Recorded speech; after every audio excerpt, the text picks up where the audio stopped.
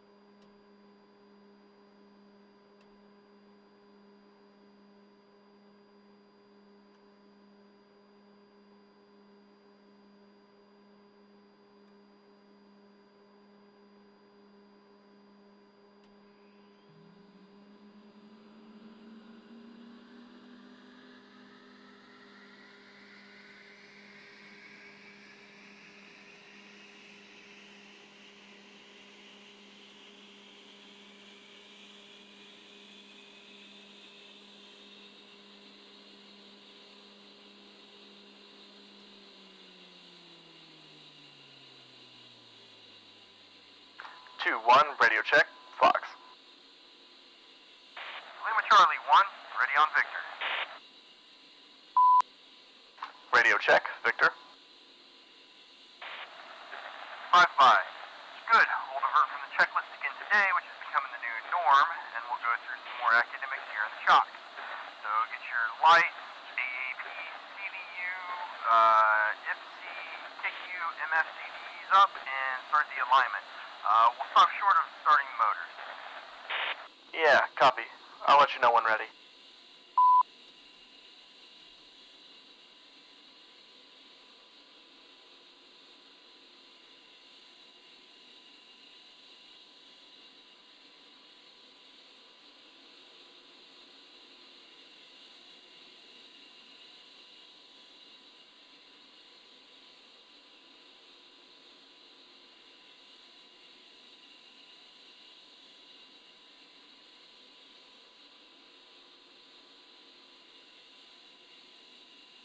Pull up, pull up. Altitude, altitude.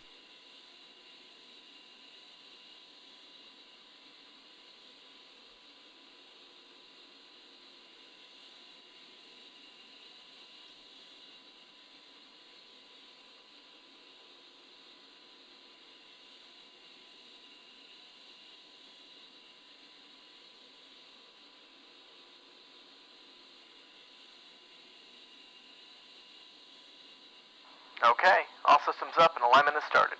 Ready to copy. Great. useful options in the HUD setup, then we're going to move on to creating our flight plan. We'll briefly cover the waypoints and attributes, then we'll then take off and continue with other stuff like checking the attribute behavior in flight, playing with the HSI, creating mark points, and last but not least, changing the Aegir point. Ready? Yes, sir. Right on. Alright, the HUD, I assume you have already finished the bit and switched on your IFFC. You now use the HUD in one of 5 modes that can be changed by pressing the Master Mode control button on your stick. Affirm. Navigation, guns, CCIP, CCRP, and air-to-air. Good. Don't get carried away with the air-to-air part, though, as we will be training on that mode in one of our upcoming sorties. Great. Can't wait.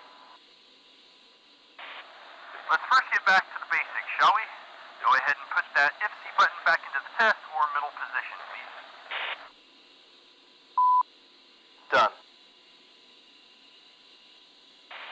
Okay, you'll notice that the HUD has changed. It is now displaying a series of menus. You can use these to configure the IFFC system. In order to navigate through them, you'll use the UFC. With me so far?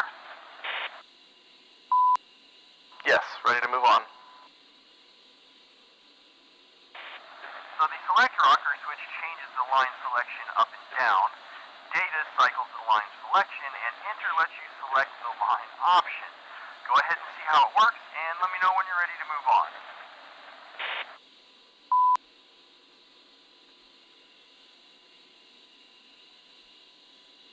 I'm ready. Let's move from the top to the bottom of the list while going a bit deeper into some of the more useful options.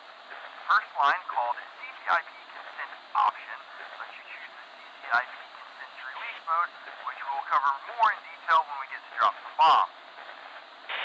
Copy. Next line is called BIT, or Built-in Test Menu. It is used to test several chosen IFFC subsystems or all of them at once like you already did in your normal startup. Alright. Third line is called AAS, or the air-to-air submenu. We will get into more details on the air-to-air training I mentioned before, but for now, suffice it to say that you use this menu to alter and select the gun funnel for air-to-air combat by using either presets or manual settings. Copy. The gun must be totally devastating to air targets. Oh yeah. Did you read about Captain Bob Swain, the guy who scored the first air-to-air kill with the Avenger back in 1991, described hitting the Iraqi helo with 300 rounds? Nope. What did he say? That it looked like if the helicopter was hit by a bomb. They tried to ID what he destroyed afterwards, but it was blown into such tiny pieces that it was impossible. Anyway, let's move on, shall we? Wow. Okay. We now get to the weapons menu, which is used to set the parameters of your 30 mic. This will typically be done by the ground crew before the mission, so we don't need to go through it now. Moving on, weapons release data lets you select whether you want the release data parameters to automatically scroll in your HUD, or if you want to have the option to scroll through them manually. Okay. Is that ever even used? I don't, but I know a couple of guys that do. It's purely personal preference. Gotcha. What does the display mode do? Now this one's very useful, and we'll go through the option in a more detailed way. Please select this line and press enter. Ready? Yep, ready. This menu is basically used to set up what is displayed on your HUD and how. So the first option lets you decide whether you want to see the release data on your HUD or not. Copy. Similar to what was in weapons mode? Exactly. The second line, called CCIP Gun Cross Cult, lets you decide whether you want the TDD to hide behind the CCIP Gun Cross in order to declutter the HUD. If you do, you have to select yes. Raj. The next two are pretty straightforward. to have tapes displayed on both sides of the HUD alongside the values for your speed and altitude. You can also switch between metric and imperial values for both. Okay, copy. Pretty handy when working with allies that mainly use metric. Indeed. Next you have the radar altitude tape, which allows you to display the altitude measured by radar in the form of a tape. Alright, got it. Now we get to another pretty useful option, which you probably remember from yesterday. The choice of speed displayed. Do you want me to go over it once again, or do you prefer to move on? I'm okay. Let's move on. Alright, the last option is the one marked for vertical velocity, which will allow you to display the vertical velocity scale on the left side of the HUD. And what about IFF? You won't ever need to touch it. Okay, please navigate to exit and press enter to return to the previous menu. Okay, back at the main menu. Good. The next two options are used by the sweaty, so we're not going to go over those. Finally, the GCAS training helps you set up a false ground plane to practice exactly that. Ground collision avoidance, but at a safe altitude. And that's all there is to it. Go ahead and switch the IFFCC button back into normal mode, please.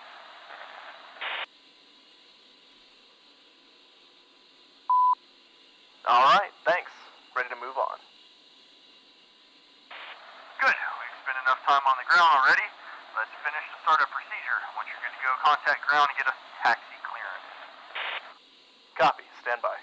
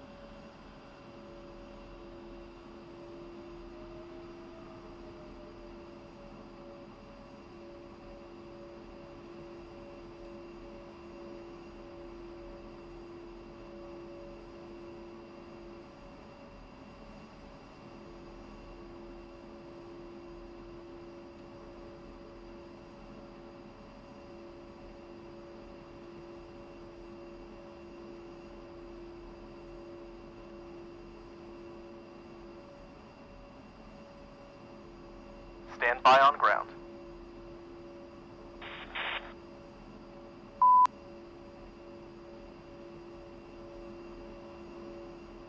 Nellis ground, Tusk 1 is 2 A-10s at Thunder with Kilo, ready taxi. Tusk 1, taxi Charlie, Golf Alpha, hold short 03 right. Taxi Charlie, Golf Alpha, hold short 03 right, Tusk 1.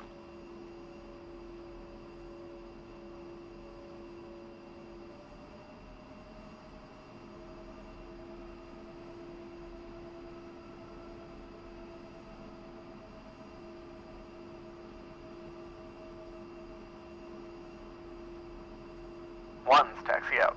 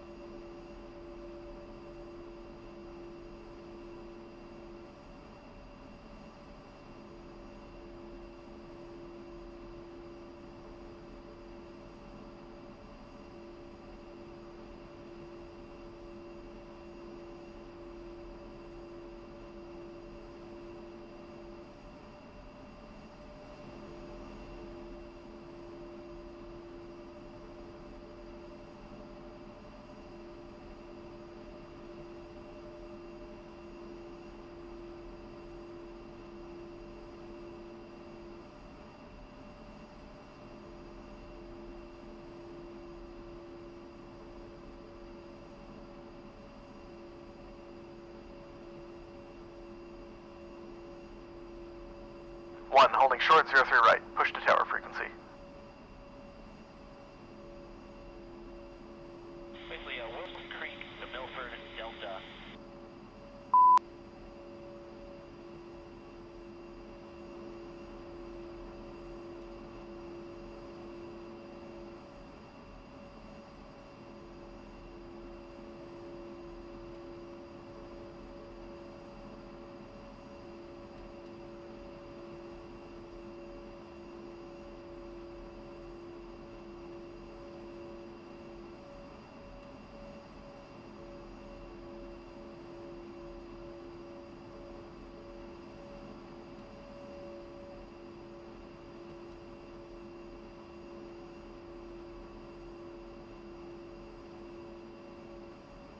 Nellis Tower, Tusk 1 flight, holding short, runway 03 right, ready for departure. Tusk 1, Nellis Tower, wind is 230 for 05, cleared for takeoff 03 right. Clear for takeoff, 03 right, Tusk 1.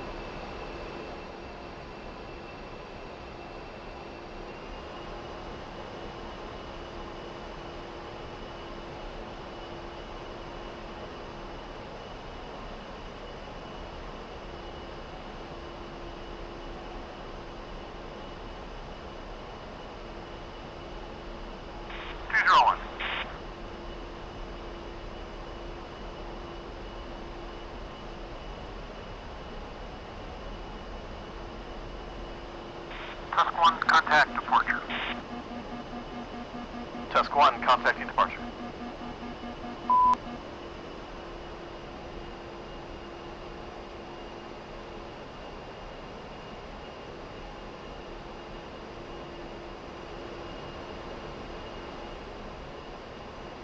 Nellis departure, Tusk 1 flight with you, looking to turn 248 over truck stop. Tusk 1, Nellis departure, radar contact. Climb to 6,000, turn left for 248 at truck stop. Left turn for 248 over truck stop for Tusk 1.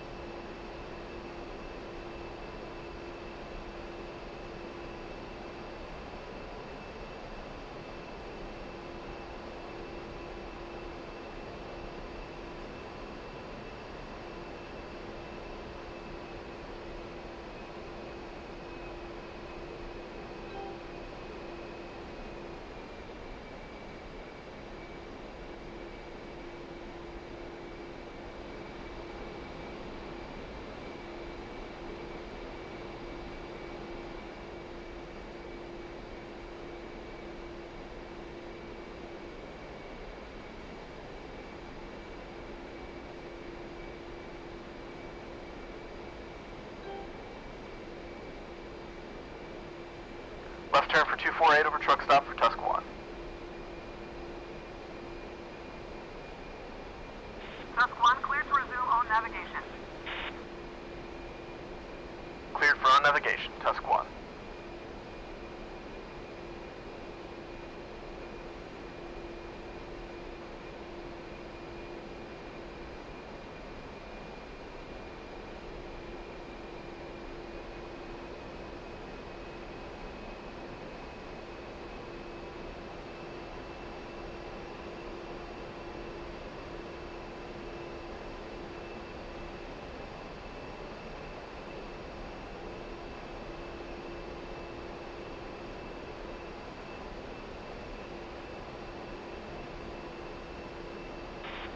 The departure route that we're flying is going to be pretty standard for the rest of our time here. It's also pretty easy to fly. Just follow the northern edge of town over to Highway 95, then turn northeast and follow it up into the NCCR. Roger. This is pretty close to the Fighter 3 departure, correct? Affirm, that's exactly correct.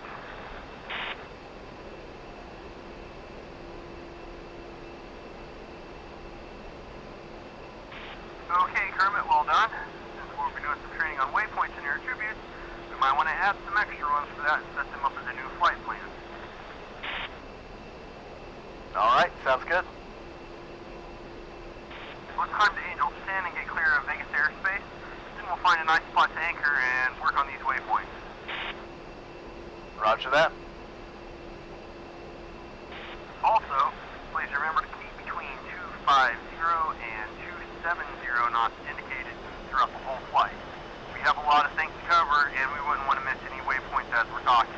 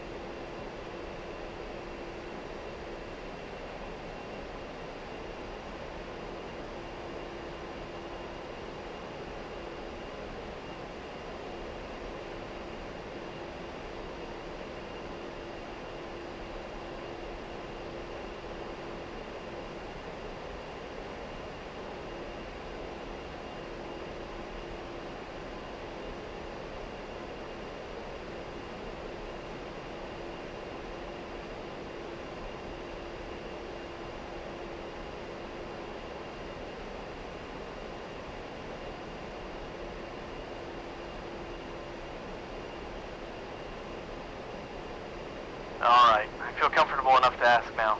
What's the story with your call sign? You first. Fair enough. So, Kermit is obviously a reference to the frog from the kids' show. Well, I have this innate ability to attract rather hefty women for some inexplicable reason. It never fails. Every time I go out to the bar, some fat chick is bound to hit on me. As you know, Kermit is constantly being chased after by Miss Piggy, so there you go. It was an easy kill. That's awesome. So, you were about to tell me about yours? Right, so BIFF is an acronym for Big Inbred Farming Fucker. I grew up in rural Kansas on a farm, that plus chewing, and being into hunting, fishing, and other redneck shit apparently means I'm inbred. Then there's the fact that apparently I look like BIFF from Back to the Future. God, I see it now. What's that, the inbred part or looking like BIFF? Yes. You'd better be careful. You need me to sign off on your training. I'd hate for you to get washed out and wind up on Preds or some shit.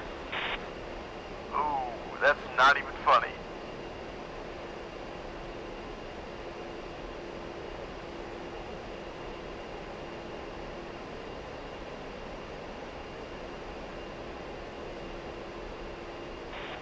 Off to the west here, you'd be hard to miss Mount Charleston, or more accurately, Charleston Peak, at a shade under 12,000 feet. Where was it? It's going to be off to the west, your left side. That's, your Air Force left? Still not seeing it. Dude, look out of the canopy to the left. Look for all of the green. Ha-ha. Sorry, I couldn't resist. You were saying? I was saying it's not too late to get you into an MQ-1. So the big conspicuous mountain off your left side is a really nice place to visit. There's a neat restaurant to grab some lunch at and some more fun roads to drive around on. Yeah, it looks really pretty, with trees and everything. Yeah, most of those are bristlecone pines, and they can live to be over 5,000 years old. They're really something. Also, it's usually much, much cooler up there, which is a nice change of pace in summer. And there's also a ski resort open when there's enough snow. I'll have to head up there one of these days. How long is the drive to get up there? That's not too bad. From the front gate, maybe an hour up and an hour back. I forgot to mention it, but there's also a lot of really nice hiking trails up there. Good deal. I love hiking.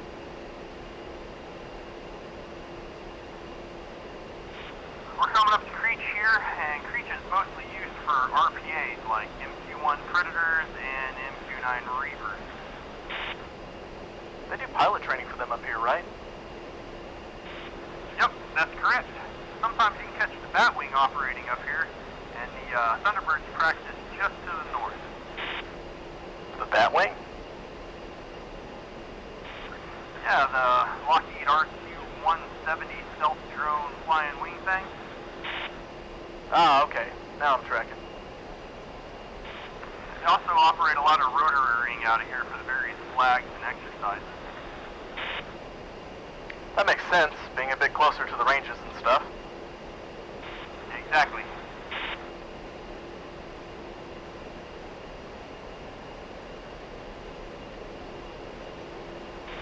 Alright, Kermit, we're going to be heading into the NTR for the first time today. We'll need to contact Blackjack and get clearance into and out of the airspace. I'll handle those calls since this is our first time heading up there. Go 377.8, stand by. 377.8, copy.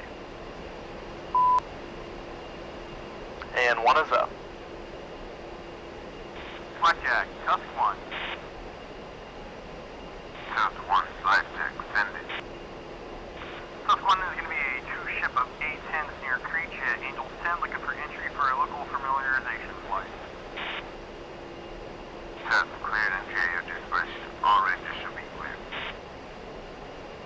Cleared for entry, Tusk 1.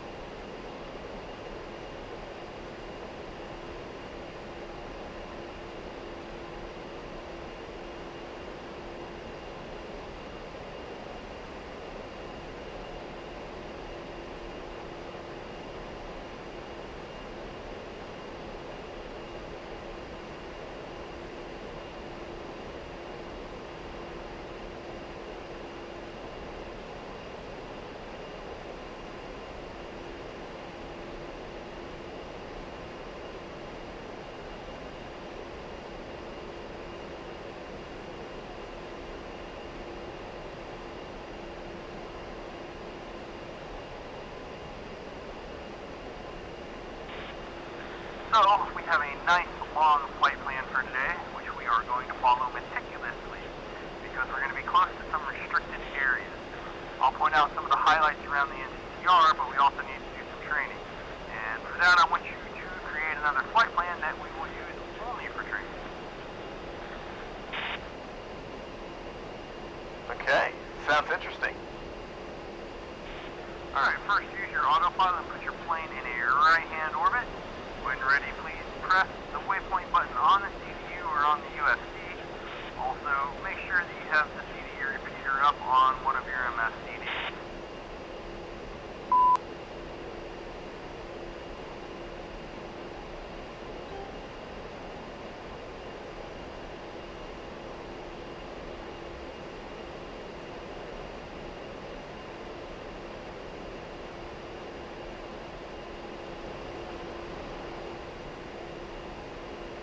Yeah, done. Before we get too far, it's worth noting that if you see a CDU input error message or fat finger a key as you type in, just hit clear or backspace and press on. Thanks for the heads up. I'm sure I'll be pretty familiar with those keys.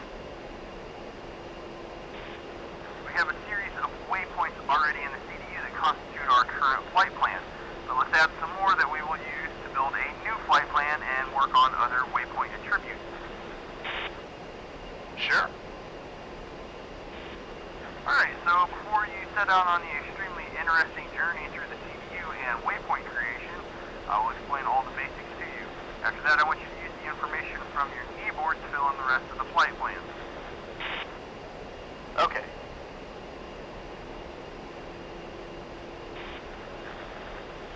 There are several ways of creating new waypoints, but for now, we'll cover the two most common ones, MTRS and lat long.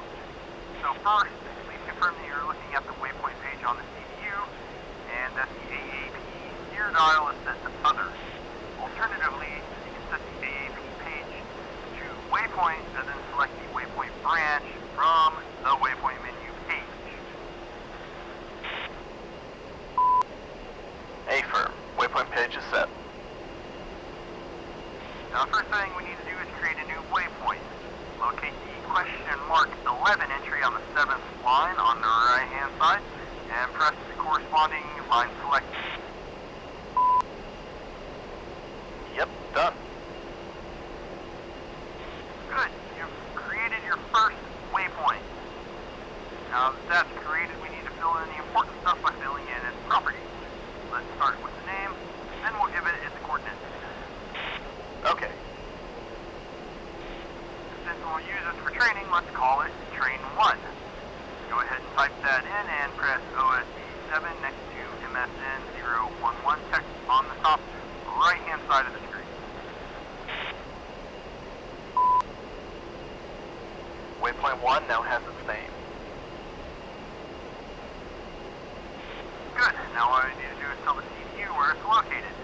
Check your kneeboard and find the lat long coordinates for waypoint Train 1.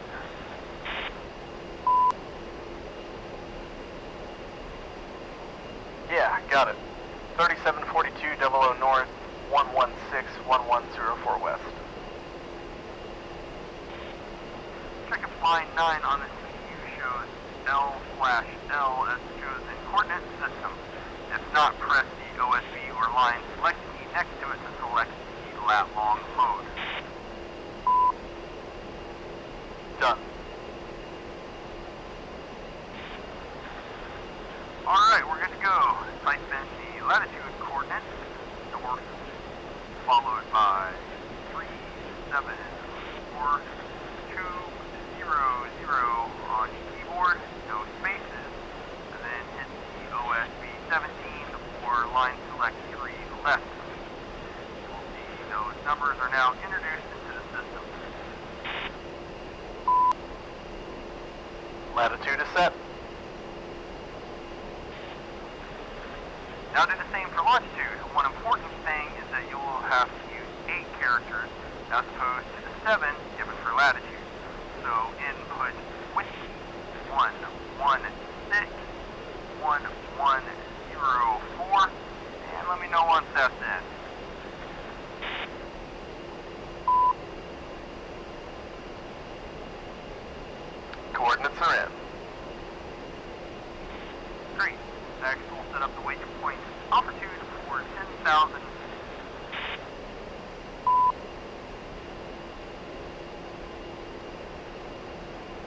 Elevation set. Okay, so now that you have the first waypoint, let's create another one together.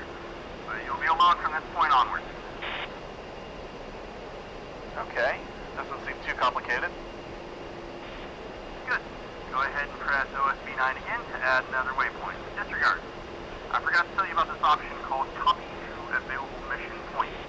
It creates a new waypoint using the same coordinates and elevation as the one you have currently selected.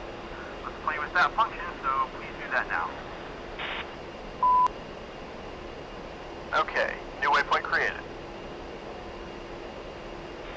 For this waypoint, we'll use MGRS coordinates, but first let's change its name from the default MSN 012 to Train 2. Let me know when you've done that.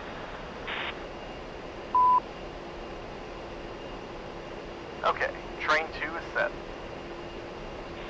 Now change the system from lat long to UTM by pressing OSB 10 or right line selecting key 4. Done.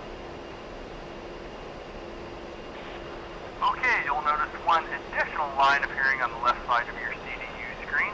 In order to use the MGRS coordinates, you first need to make sure that you have introduced a correct UTM grid, which consists of 2 numbers and a letter.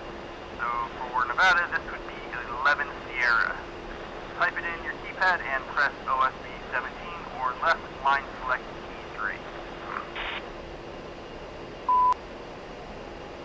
Okay, done. Good. Now for the coordinates. It always consists of 2 letters in between 4 and 10 digits. The more digits you introduce, the more precise the waypoint designation will be. So go ahead and type in both letters and 10 digits for Train 2 as listed in the kneeboard.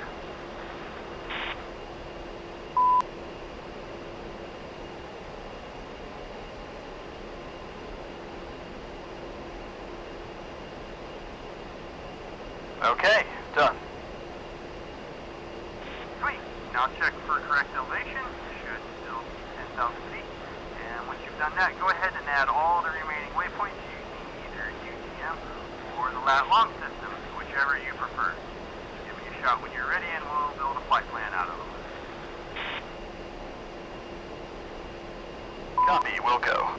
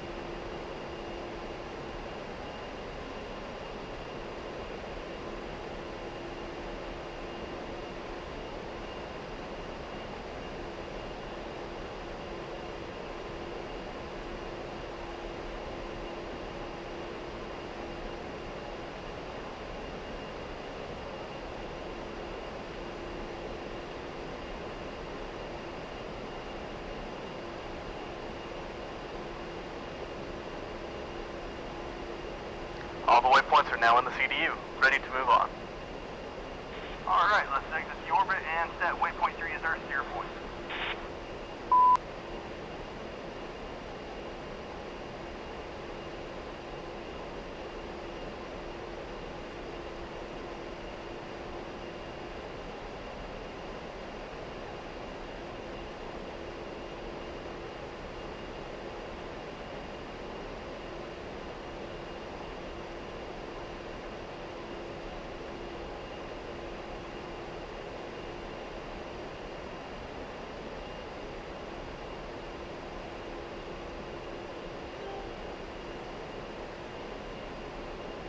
Done.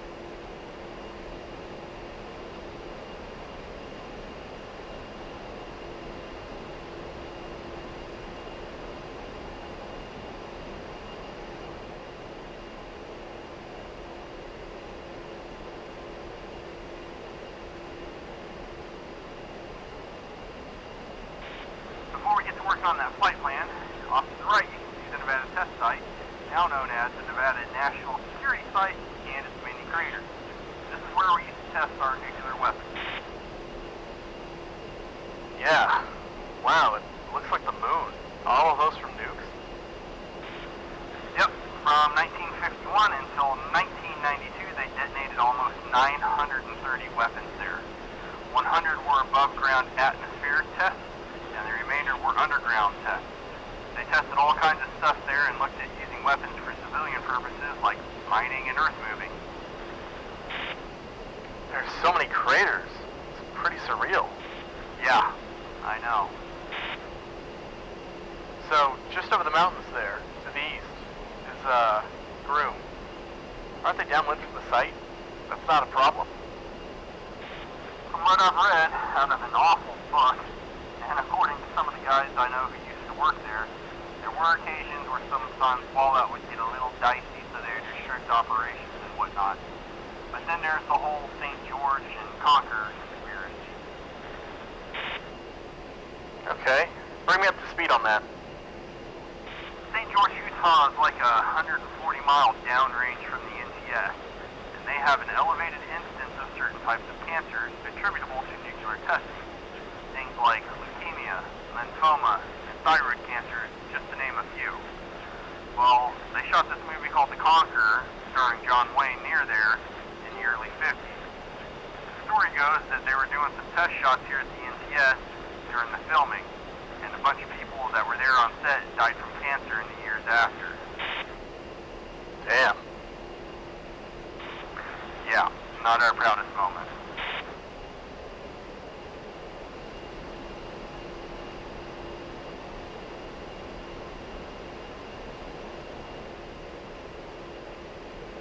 Right, back to work.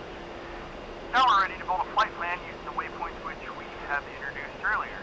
Get our current steer point on the nose and set the autopilot to altitude heading hold mode. Okay, done. So is this the default mode of operations during most of the missions? I mean, keeping it in flight plan mode? Yes, especially during the ingress-egress, or until we need to exploit something one of the other modes gives us. Flight plan shows us the entire route with waypoints connected by a green line, which helps you make sure that you're not wandering off someplace you're not supposed to be, like into a SAMWES or across the border. Raj, okay. I'm ready to continue. Right on. So first a few words of introduction. To enter the flight plan mode, make sure that your A-10C select switch is set to other, and a steer page is on the flight plan. Remember that you can have up to 20 flight plans, each consisting of up to 40 waypoints. Ready. Next, go ahead and enter the flight plan page by either pressing the FPM button on the CPU or function, then 5 on the UFC. Let me know when you've done that. Done. Okay, you'll see that there is already one flight plan stored in the CPU. It was prepared during the mission planning phase and was uploaded from the DCS, together with the loadout information and other information when you hit load all. However, it is important that you know how to create one for yourself independent of the DCS. Alright, that makes sense. The page should now be showing us 01 auto MSN in the top and 02 new SP in the bottom line. First, we need to enter the name of the new flight plan in the scratch pad. Let's call it Train. Once you have typed that, please press the lowest left line select key or OSB 16 in order to create a new flight plan. Let me know when you've done that. Okay, train flight plan created. Good. You should now be back at the main flight plan page, and your new plan is listed next to number 02. You press the second left line select key for OSD 18. You will set Train as your active flight plan. By pressing it again, you can cycle between manual or automatic cycling of our waypoints as we pass them. All we need to do now is to add the waypoint to our flight plan. Okay, how do I do that? Press the flight plan build line select key next to the flight plan you want to modify. So in this case, flight plan 2. To add a waypoint to the open flight plan, enter the number or the name of the waypoint you wish to add using either the CDU or UFC keypad. Type train 1 for the name, and let me know when you're ready to press on.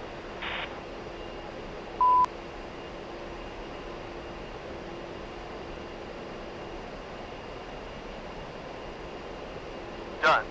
CDU has even suggested train 1 as a waypoint. Cool. Now press the second line select key on the left for OSP 18 next to 01. Done. Perfect. Go ahead and add the remaining 3 waypoints to the flight plan in the order listed in the knee board. Give me a heads up when you're finished.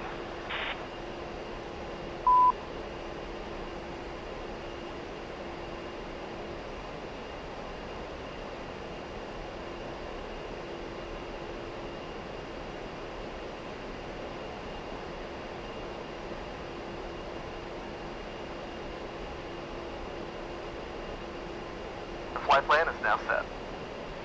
Good. Take a look at your TAD, and you should see that your flight plan has formed a rectangle over Coyote Delta. However, it is still open on the eastern side. To close it, please add train 1 as your 5th waypoint to the flight plan, and let me know once that's done.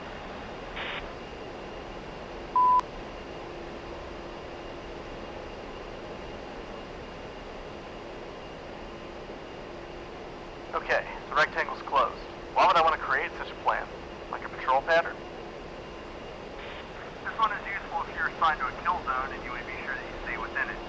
And we'll use this one to learn more about waypoint attributes in the later part of the story. For now, switch back to the main flight plan and continue towards Tonopah.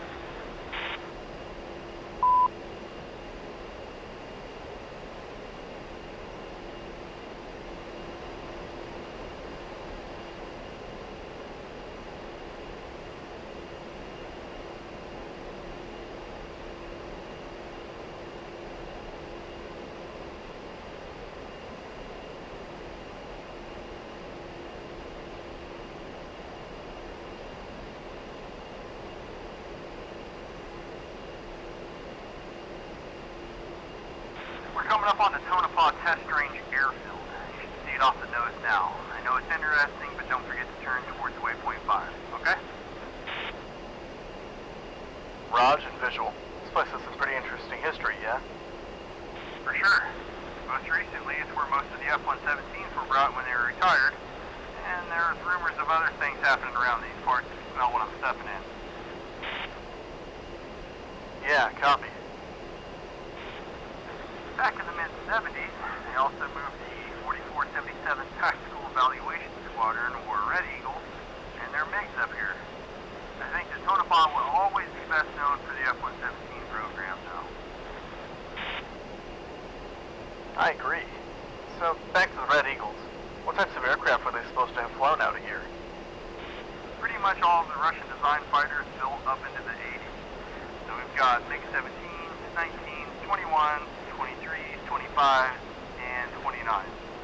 A SU-22 supposedly was there also, and some Chinese variants of Russian aircraft like J-6, and even an F-7.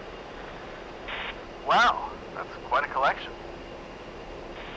Yes, indeed. If you get the chance, pop by the threat training facility or petting zoo over by the Red Flag building while you're here. You can't miss it, as there's an SA-8 parked out front. In any event, if you end up dropping by, they have a MiG-29 and MiG-23 inside the building that you can climb up into. And outside they have all kinds of armor and a few choppers. Pretty cool little spot if you have some time to wait. Sounds like it. I'll have to head over there and check it out one of these days.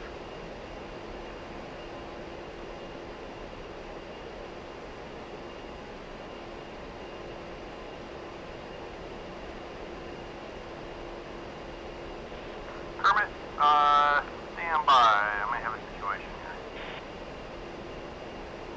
Roger. Something serious? Yeah, my HSI just went Tango uniform on me. Let's orbit here for a moment. Standing by.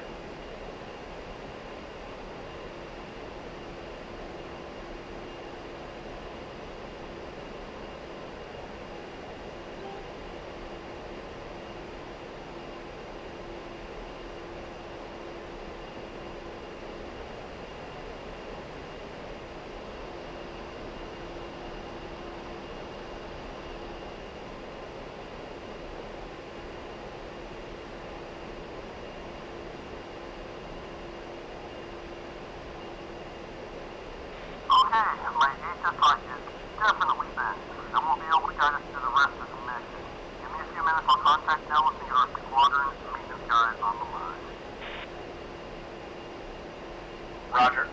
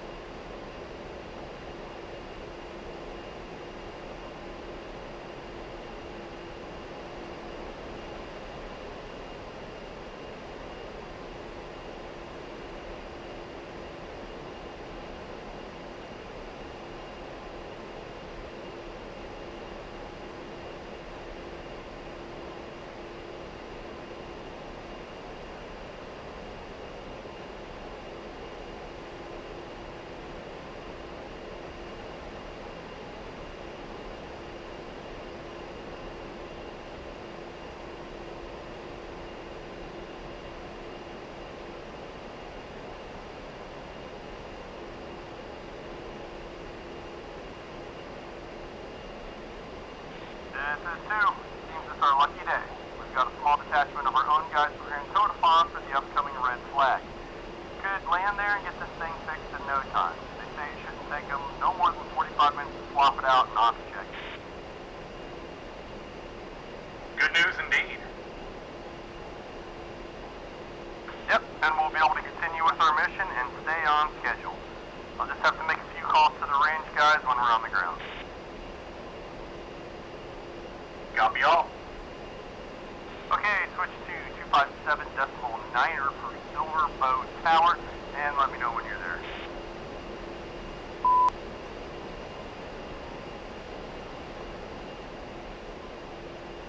One is on 257.9er. Silver Bow, this is Tusk 1 flight, 2 A-10Cs, 10 miles to the southeast, inbound for landing. Be advised, Tusk 1-2 has an HSI problem. Tusk 1, Silver Bow, radar contact. Tusk 1-2, contact tower when 5 miles out. Tusk 1-1, orbit at your current positive for spacing at 10,000. Roger, will code, Tusk 1-2.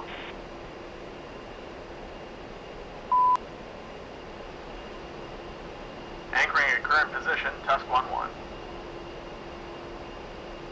Okay, Kermit, and I'll see you on the ground. Roger.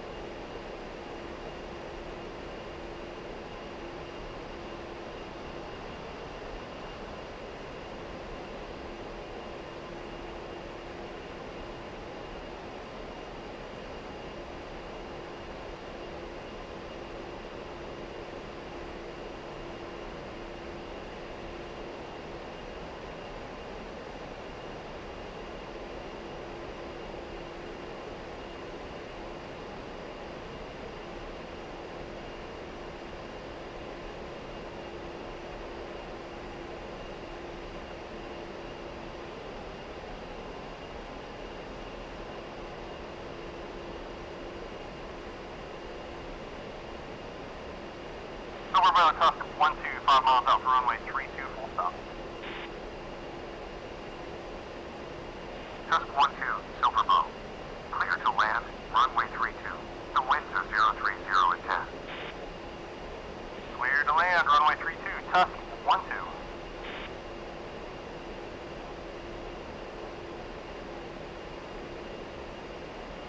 Tusk 1-1, Silverbow. Contact tower with 5 miles out. Tusk 1-1, Wilco.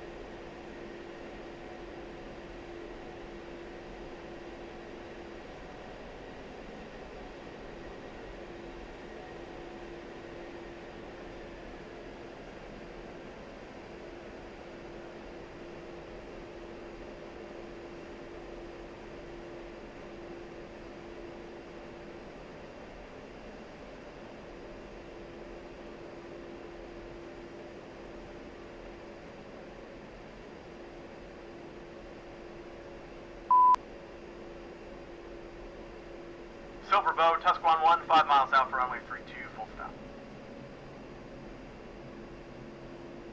Tusk 1-1, Silverbow. Clear to land, runway 32. The winds are 030 at 10. Clear to land, runway 32, Tusk 1-1.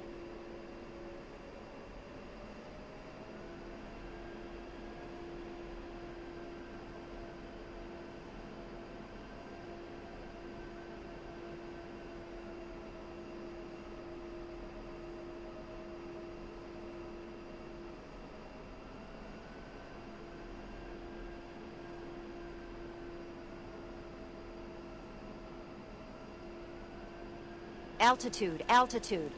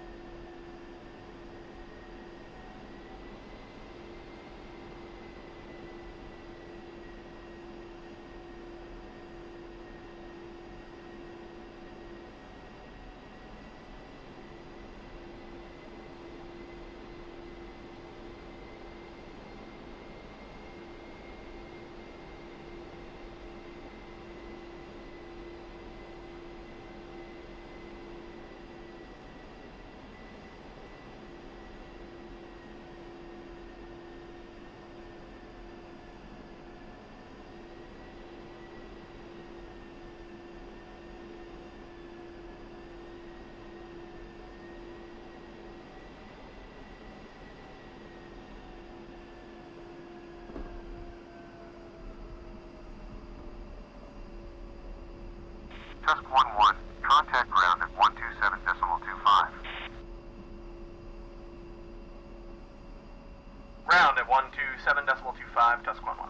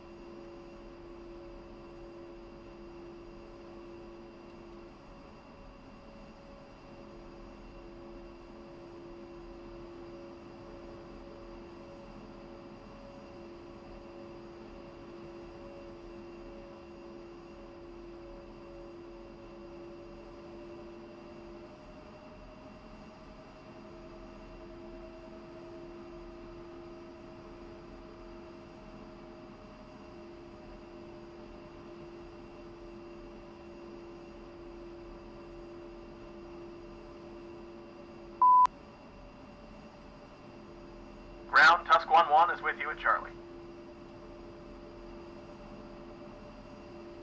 Tusk 1-1, taxi Foxtrot, Bravo to Bravo ramp, enter revetment Golf 02.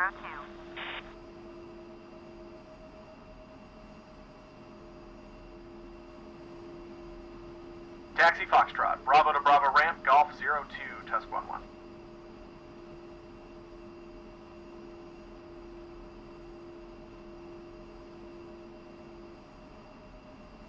Once you stop, go ahead and shut down. It may take a while. Yeah, copy.